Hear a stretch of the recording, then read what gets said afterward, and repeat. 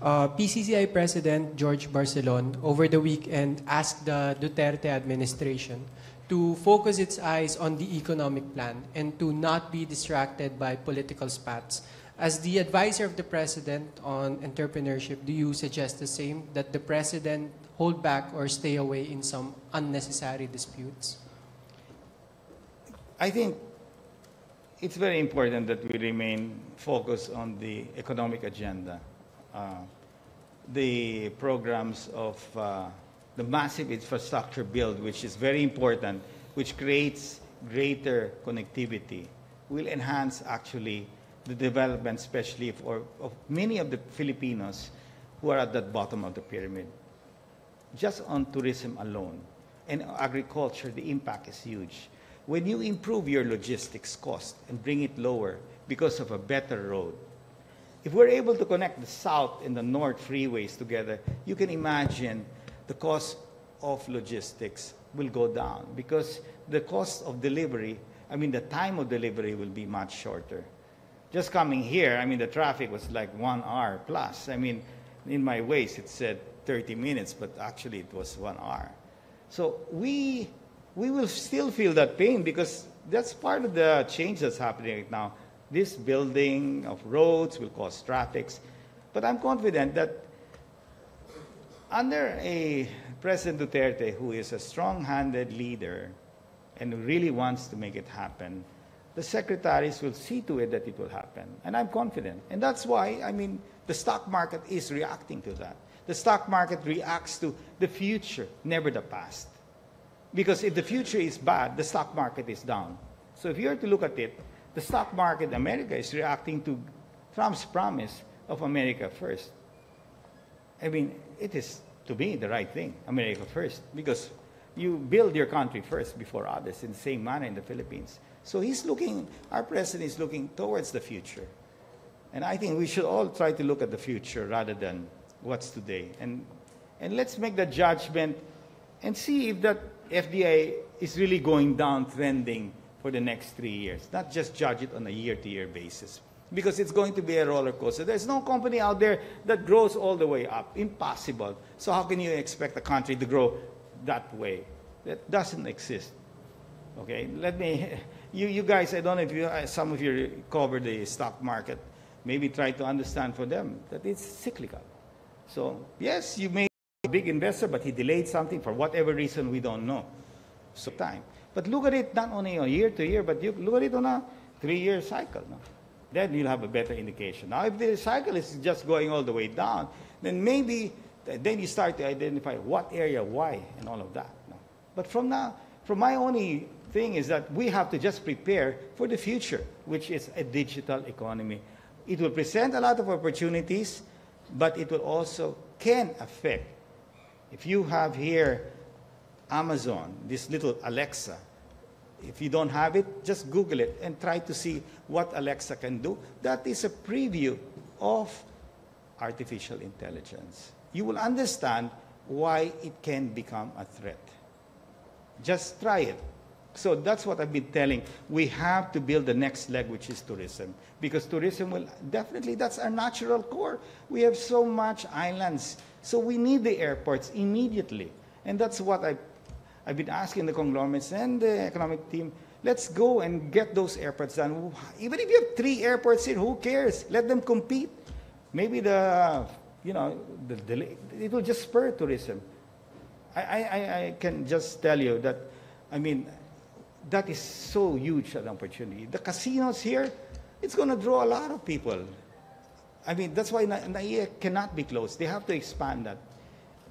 And if we don't prepare for that next leg and we get hit because of artificial intelligence, then who do we blame?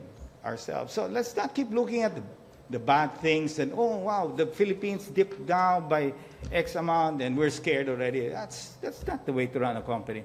Think of the Philippines like a corporation. Thank you. May last question. Last question, sir. You are the presidential advisor for entrepreneurship.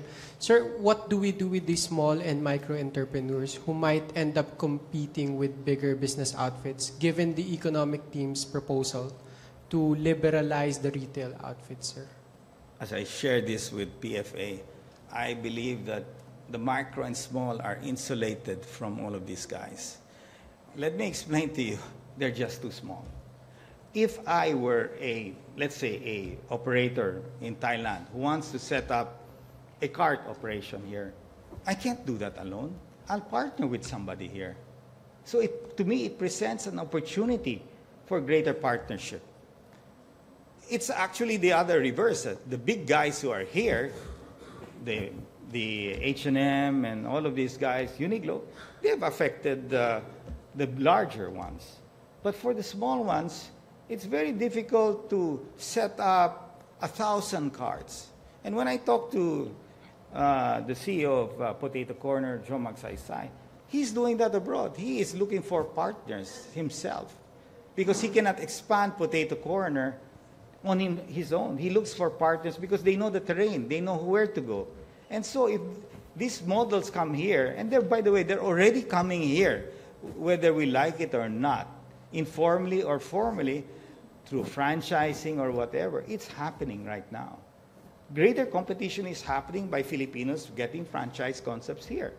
So it's just a different instruction. Now you're going to be, rather than a franchisee, you're now going to be a partner.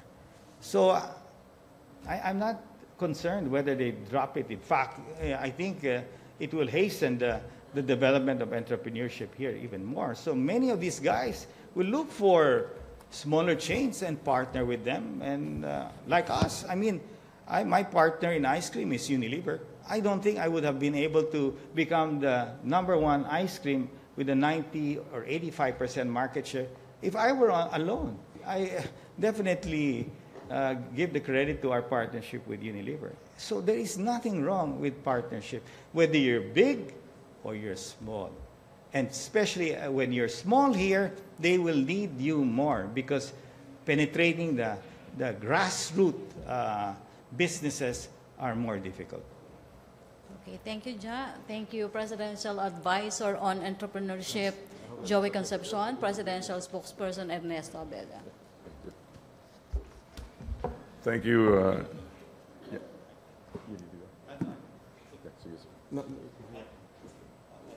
Sure. All right.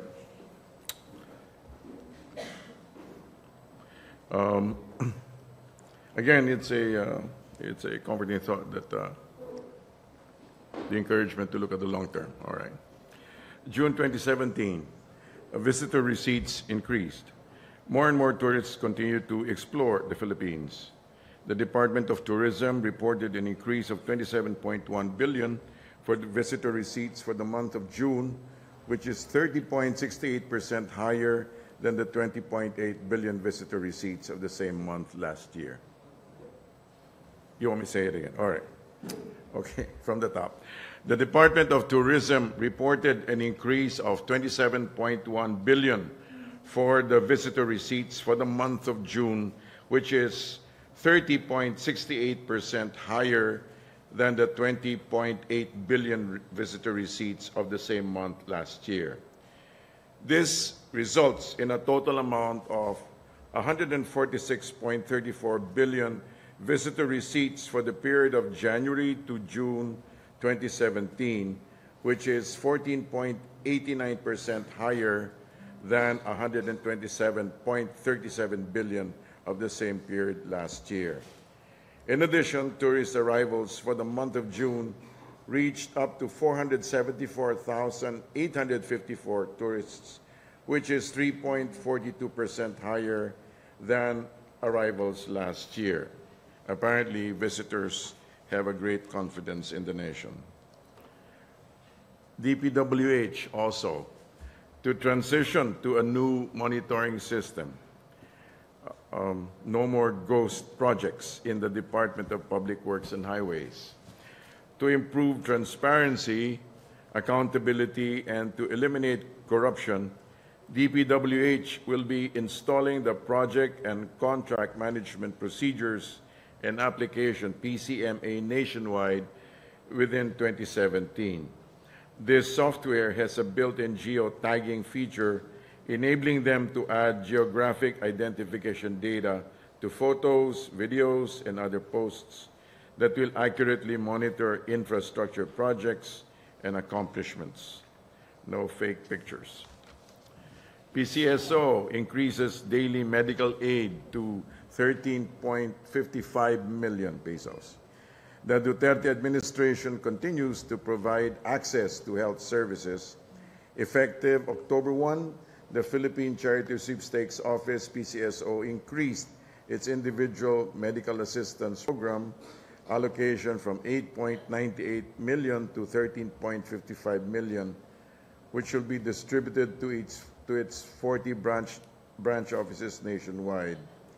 The allocation increase aims to efficiently provide financial assistance to individuals with health needs, including hospitalization, dialysis, cancer treatments, medicines, and other medical requirements. All in all, we see a rounding up of government services being delivered promptly and adequately. We're open to a few questions. Questions? Maricel Halili, TV5. Hi, sir. Good morning. Sir, on other issue, Yes, may we have your reaction on the suggestion of Attorney Gadon saying that he would like the president to be a special prosecutor on the impeachment case against Chief Justice Eren? Really, I think we answered that yesterday, and it's not within the purview nor the priority of the president to be dealing with those things. Is this allowed constitutionally, sir? Allowed or not, it is not what the president's priorities are. Thank you, sir. Okay, questions, PC? Catherine Valente? Good morning, sir. Can Yes, we ma'am. get the palace's reaction on the decision of the Supreme Court junking the petition of Senator De Lima to dismiss po yung illegal charges against him? That is within the Supreme Court's purview. We leave it to them to address that. Question, MPC? Okay na? Pia Gutierrez, ABS-CBN. Sir, Yes, ma'am. good morning. Sorry for my voice, sir. Sir, SWS President Mahar Mangahas was in ANC this morning, and he said that the drop in President Duterte's ratings is actually higher than average. And can we get your reaction to that, sir?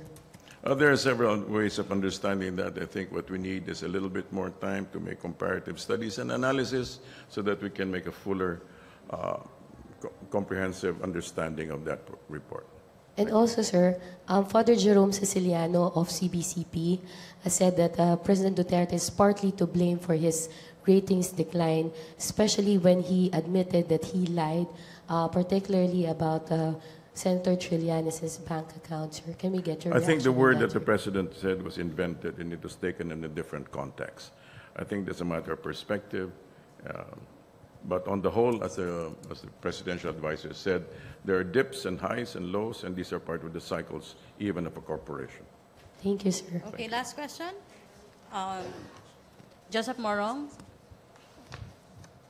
Sir, ano lang, Yes, sir. may declarations on holidays for Sian tayo, sir? Ang alin? May mga declarations tayo for official declarations ng holidays related to the Sian? Wala pa. Wala pa. Okay, sir. Going back to the topic. That's DOT tourism data. Does it means that foreigners are spending more and Yes. staying longer in the Philippines? Does that If that may be the analysis, but it definitely says that there's more spending happening. why is that so? Why do you think so? Like you said, maybe we're attracting better customers, Better markets. better markets, Okay. and staying longer. Sir, so FDI, how do you explain, sir, from the government's perspective, and since wala rito si DTI Secretary Lopez, how do you explain the 90% drop in the FDI? Again, if PA Joey said, let's defer to SecMon, we'll find out also regarding those matters. Okay, Maricel? Okay. No question? Okay. No more? Ace Romero, last question. Yusek, but regarding the decline of the foreign direct investments, the goal of the president in coming up or in visiting other countries is to attract investments. Does this show somehow that he failed in attracting investments from other countries? I wish you were here earlier, the way PA Joey explained it. He said that in the long term, FDI, the president travels in order to attract in order to attract these things. And we need to understand this is all within a year yet, less than a year actually. And there may be reasons why there's a drop, there's what, but on the whole, it's part of a strategy to create multiple income streams. However, he's achieving the same right now by an increase in participation locally. So again, waiting on the report of SecMon, his goals are still being achieved. But is Malacañang upbeat that these figures will improve eventually? Oh, definitely. Especially so that the President has given us assurance that his whole intention is to finish his term, and that is to make sure that, we need to understand what the President has said. He said he wanted to lay a foundation for a comfortable life for all. And he's, in fact, is looking forward to beyond 2022, not for himself, but for the rest of the administration, for other administrations to come in order to bring in a decent life for the Filipino, inclusively for every Filipino. Thank you, Yusek. Okay, last question, Joseph Morong. So reaction lang po, just for fairness sake. Yung mga kahapon, I think there were foreign European parliamentarians who held a press conference at the Senate, and they slammed some of the government's programs, and then they said that the GSP Plus is under review, and that can cost yung mga agricultural products natin to have tariffs. And the government seems to be silent in dissent. Just a reaction from the palace, please. First and foremost, regarding the HRW saying about other claims, especially, let's say, about the debts. Let's be very clear first that the PNP statement regarding the EJ case, for example, is based on the operational guidelines of Administrative Order Number 35, adopted and signed on April 18, 2013, during the Aquino administration, wherein extrajudicial killings have been referred wherein the victim was a member of or affiliated with an organization to include political, environmental, agrarian, labor, similar causes, or an advocate of above-named causes, or the media practitioner, or persons apparently mistaken or identified to be so. So, AO 35 also referred to EJ case when the victim was targeted and killed because of the actual or perceived membership, advocacy, or profession, or the persons responsible for the killing is a state agent or a non-state agent, and the method and circumstances of attack reveal a deliberate intent to kill. AO 35 has not been repealed or revoked. Thus, the definition of EJK under the Duterte administration remains the same. Having said that, let it be emphasized that even, again, let me just say, even one death is one death too many. Regardless of coverage under this definition, deaths related to drug operations or properly clarified as deaths under investigation or DUIs are also being addressed by law enforcement and appropriate actions being taken. Let me take you to some of the actions that are being taken. For example, ES Salvador Medialdea signed an order for the dismissal of Police Director Joel Pagdilao and Police Chief Superintendent Edgardo Tino for serious neglect of duty and serious irregularity in the performance of duty. Also, NCR Police Officer Chief Director Albayalde ordered the relief and retraining of the entire Caloocan City Police personnel. Also, 70 operatives of Police Regional Office, Central Luzon Regional Public Safety Battalion flew to Cagayan de Oro on Tuesday to augment the police forces in Mindanao and the ongoing crisis in Marawi. Also, PNP's Internal Affairs already conducted over 1,900 drug-related investigations against law enforcement officials from July 1, 2016 to June 15, 2017. In summary, we need to understand that these things are being addressed, except that perhaps there's a lot of noise on the outside and an auxiliary noise. However, the President is quite serious in addressing all of these matters. Thank you very much. Okay, last question, Pia. One more. Sir, may we get your reaction? One of the suspects in the death of hazing victim Acho Castillo, Ralph Tranguilla, has arrived in the Philippines. This was after President Duterte himself assured the family that the government will help in getting justice for the death of their son. And we expect that he will receive justice. The family will. Thank you very much. Okay, thank you. Thank you, Joseph. Sir, nakarating na po ba sa palace yung resignation yata ni Gambala? We haven't Sir. no report. Thank you. Okay, thank you. Going back, Enemies neutralized, 777. Civilians killed by terrorists, 47. Civilians rescued, 1,750. Recovered firearms, 818. Recovered unexploded explosives, 28. Recovered IEDs, 8. Government casualties killed in action, 159.